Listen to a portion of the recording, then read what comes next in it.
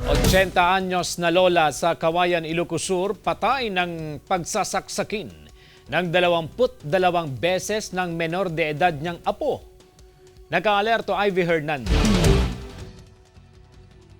Tadtad ng saksak ang katawan ng 80 anyos na lola na si Magdalena Cuyo nang matagpuan sa kanyang bahay sa ng menor, Kawayan, Ilocos Sur. Ang nanaksak, apo mismo ng biktima na si Brian, di niya tunay na pangalan, 17 anyos. Kwento ni Brian, kauuwi raw niya galing sa lamay at matutulog na sana nang batuhin umano ng biktima ang bubong ng kanyang tinutuluyan. Kinita, so naira na. Dinamag ko na niya problema na. Linayatan na kami. Bukan simre, sinoro ko dyan. Nabagkong kami. 22 saksak ang tinamo ng biktima sa tiyan, likod at hita.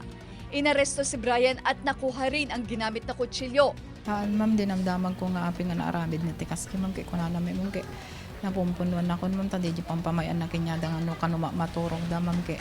Wala man ang anak ng biktima noong mangyari ang krimen. Hindi siya kumbinsido sa salaysay ni Brian. Danatay tadaya may ma'am kasano ko mga maturog umurin. Awan kisugal na nagbirok, kisugal na nagtakawin na kasyayen.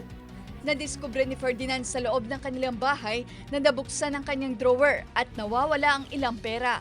Nga taniinang yan, so diyan naglaban dan, walis ting-ting-ting pang-or na wara-wara. Agkong na, rumurumar ka na dyan bagis na binagkong na, nakano, iso nga amo. Uri malungsutin ta pagbaluda na yan. Ayon sa pulisya, hindi pa nire-report sa kanilang alegasyon ng pagnanakaw. Hihintayin nila ang report bago nila maisama sa investigasyon.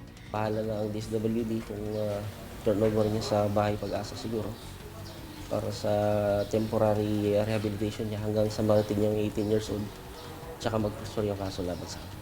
Kasama si Norman Racca, ako si Ivy Hernando, naghahatid ng Balitang Amyanan.